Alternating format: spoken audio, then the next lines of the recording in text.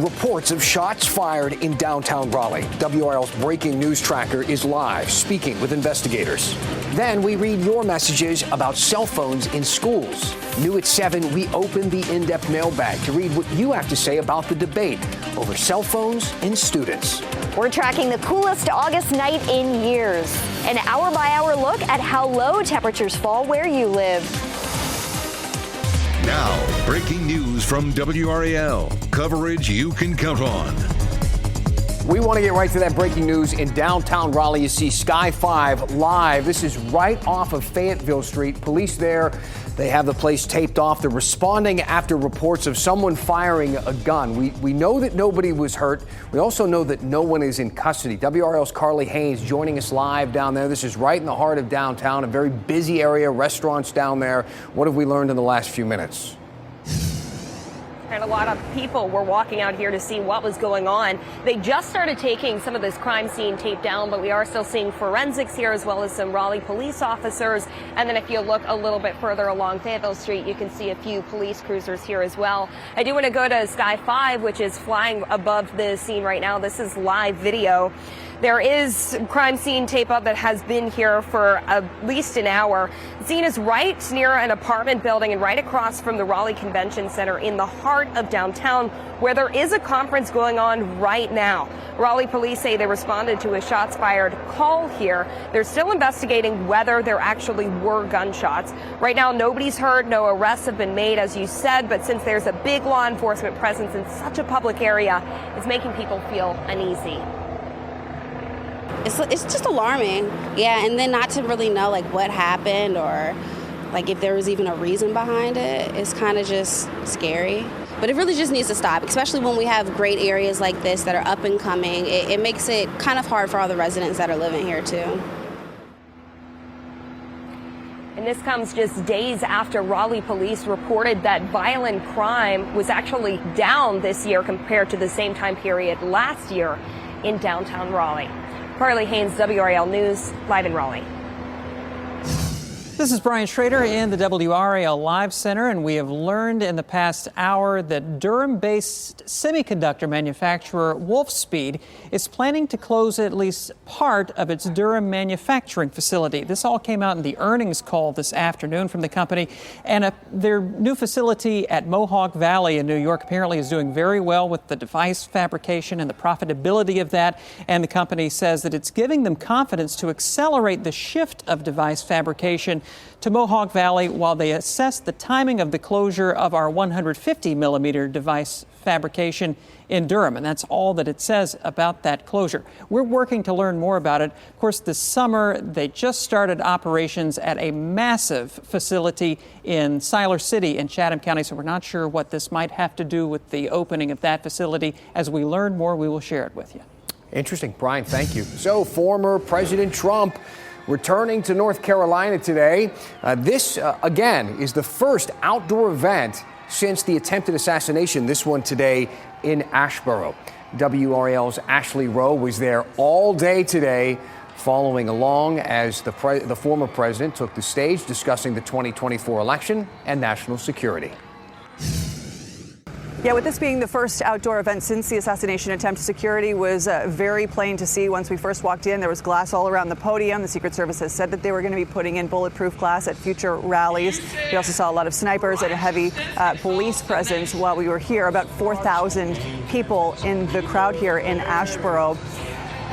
Former President Trump really touting his foreign policy record from his time in office, saying that allies admired him and enemies feared him. He also slammed his rival, Kamala Harris, trying to tie her to President Joe Biden. He says that the world is on the brink of World War III.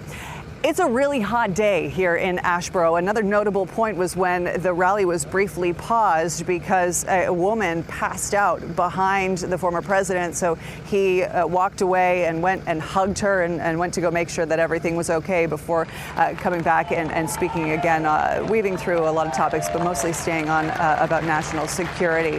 But we defeated ISIS. We killed the world's top terrorists. We secured our borders. We achieved energy independence. We stood up to China. We protected Israel. but in 75 days, we're going to save the dreams of every single American, and it will mark the beginning of the future all of us deserve. Republican insiders who I spoke with today say they feel pretty confident about this key battleground state, North Carolina.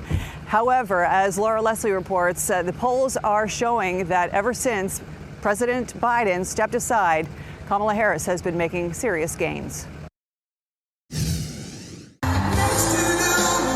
Former President Donald Trump was welcomed to Asheboro with loud cheers and a lengthy standing ovation. North Carolina. I love North Carolina.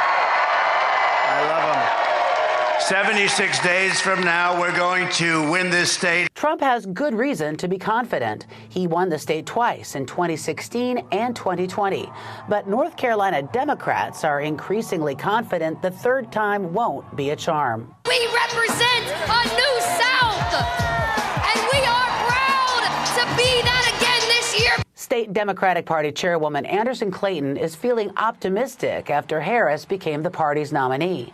So is Governor Roy Cooper. I have a 2008 feeling about North Carolina, and we know what that means because that's the last time North Carolina voted for a Democratic presidential candidate in Barack Obama. That was 16 years ago, but Cooper says he sees the same energy this time around.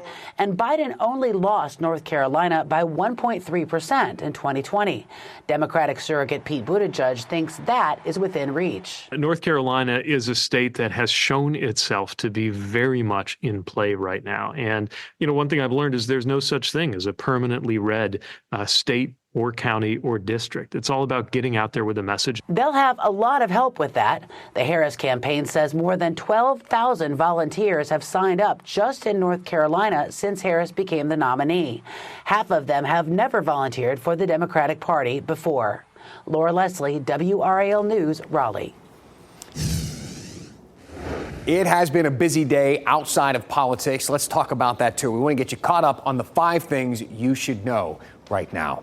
Investigators arrested a second person in that escaped murderer case out of Orange County. The murderer's sister now charged with aiding and abetting a fugitive. Officers arresting Monique Brady today. They caught Ramon Alston, her brother, in Kannapolis last week. They arrested another accomplice shortly after, Jacobia Crisp. Alston is back behind bars now. Crisp, you see her there, serving a life sentence for the murder of a 1-year-old in Chapel Hill. A shooting this morning on Carnage Drive in Raleigh is now a homicide investigation. Police have been on the scene for over 13 hours.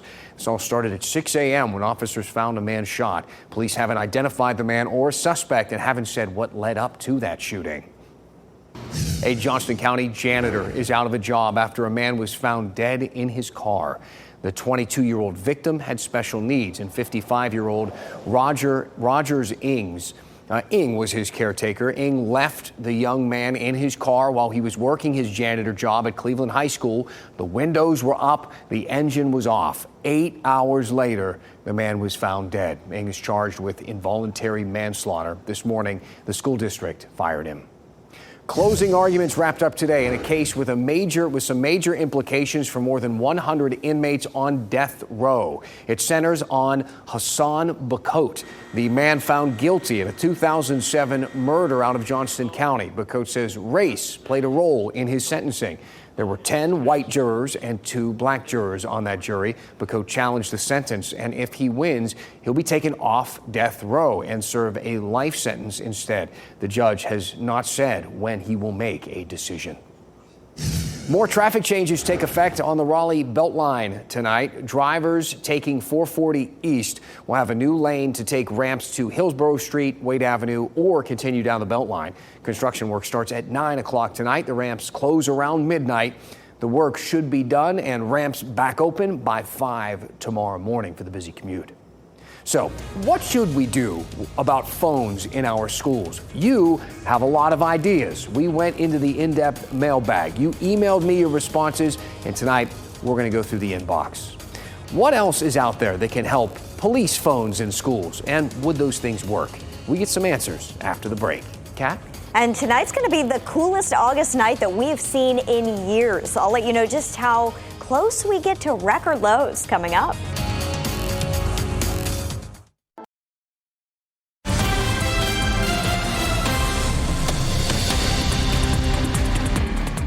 All new in the last 2 minutes here in the WRAL Live Center. We got new information from Raleigh police about that shots fired investigation as we take a look at live pictures from Sky 5. This happened just after 5 o'clock. Raleigh police say they got a report of a shooting in the 500 block of Fayetteville Street.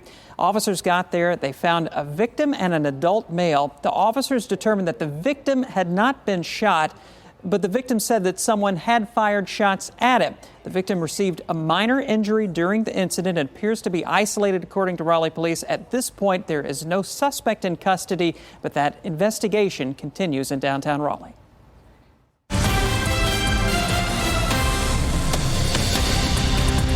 Let's go into the in-depth mailbag tonight, shall we? Counseling an in-depth satchel, but we'll call it a mailbag. We covered a lot over the last couple of weeks, and we got tons of questions about things like homes collapsing at Rodanthe, the state gas tax, no tax on tips, vaping, food stamps, so much more. And we're going to go into all of those things in the coming days and weeks. But tonight, we have to talk about that one thing that kind of dominated the inbox, and that's cell phones in schools.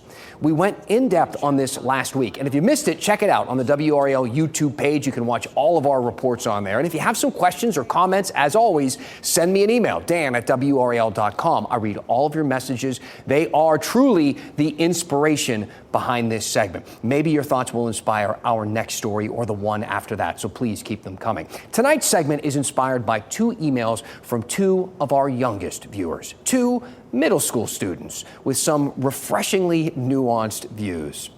Damari said, I am a middle school student, and although I think phones don't belong in class, they do belong in schools. With all the shootings and violence, us kids ought to have a way to quickly contact people. Thank you so much for that email. I really appreciate it.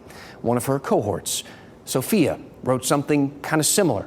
I mean, she literally wrote it. She did it the old-fashioned way. She got out a piece of paper, she wrote down her thoughts by hand, and had her dad email us a photo of it. I love this. Sophia writes, I used to disagree with phone bans at school because I thought that phones were needed for emergencies, and yes, they are.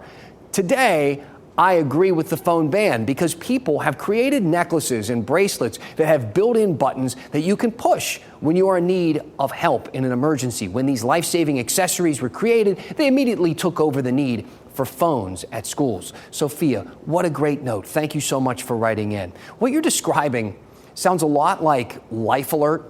Remember that old commercial, Help, I've fallen, I can't get up?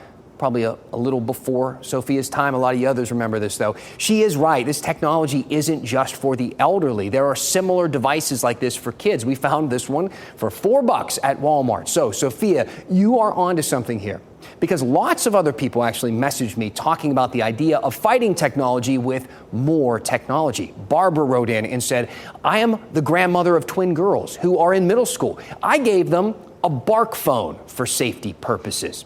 These are pretty interesting. Bark phones can be an app on your phone or just an entire phone. It can block apps, browsers, social media, and monitor what your kids do on that phone. Others think that we hit the technology sweet spot in the early 2000s. Amy said parents should get together and decide to buy their children flip phones. This is called the dumb phone movement, and it's a real thing.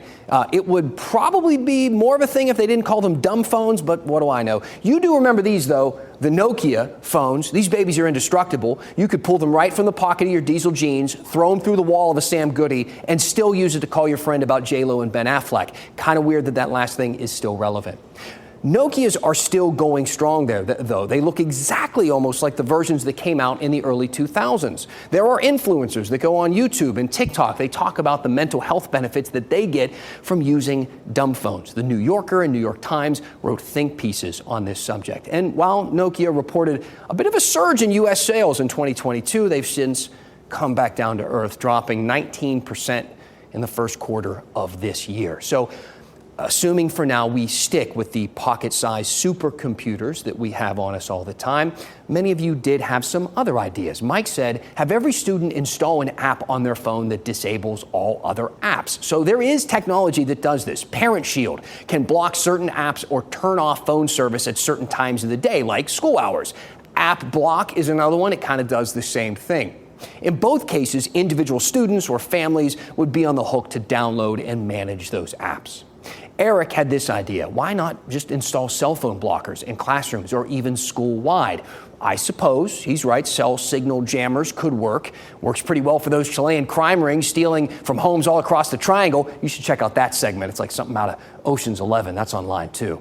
A teacher in Florida, though, actually tried this back in 2015, saying that his students were distracted by their phones. The problem is using these cell phone jammers, well, that's illegal. And that teacher was suspended as a result. Not to mention, if you can't call 911 when that cell signal is jammed, it doesn't really help when it comes to safety. And we can't forget what Damari said. Phones belong in schools, and kids ought to have a way to contact people quickly. That was her message to us, the other middle schooler. And to be fair, that's not the only positive to having smartphones in the classroom. There are a bunch, plenty. We'd like to talk about that next, if you're interested, exploring the ways that educators do use phones for the right sorts of ways in the classroom. Let me know what you think about that topic. Send me an email, dan@WRAL.com. What do you think about phones in schools? What are the upsides other than safety? Tell me what's on your mind, and we'll go in depth. Kat?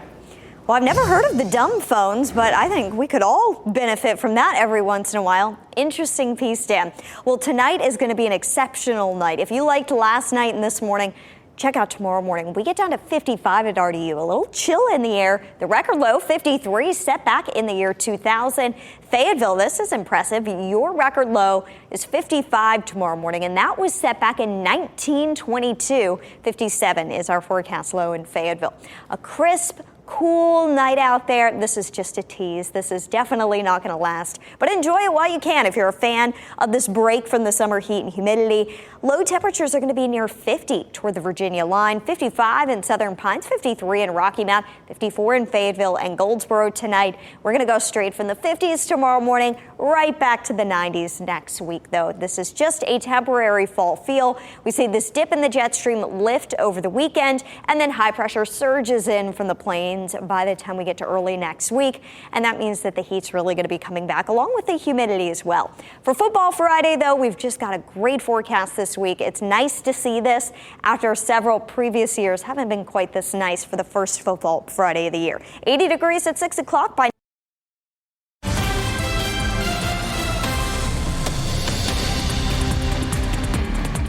Back here with some breaking news in the WRAL Live Center. We're getting some details from Asheboro Police about an incident that happened after today's rally with former President Donald Trump and Senator J.D. Vance. Again, this happened after the rally was finished, some sort of a road rage incident. And police say that a man showed a weapon from inside his vehicle, didn't point it at anybody during that incident, but showed that weapon.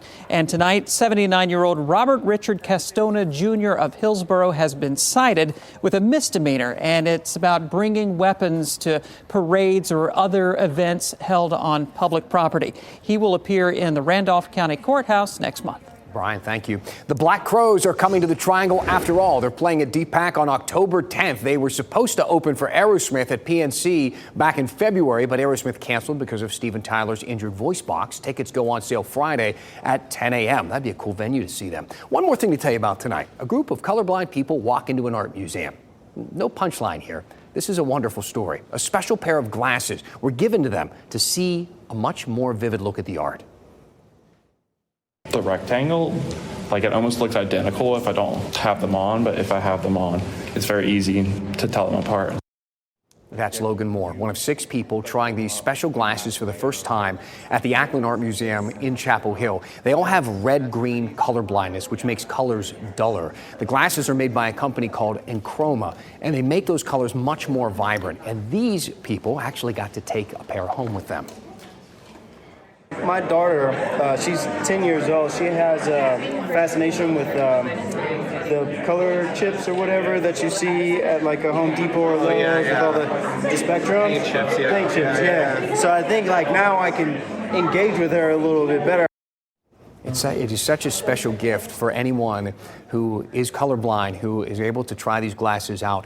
Any museum visitor who needs these glasses, you can reserve a pair on the museum website. Go see the beautiful colors. Thanks for making WRAL your choice for local news. Our next newscast is at 10 o'clock on Fox 50 and 11 on WRAL. Have a great night.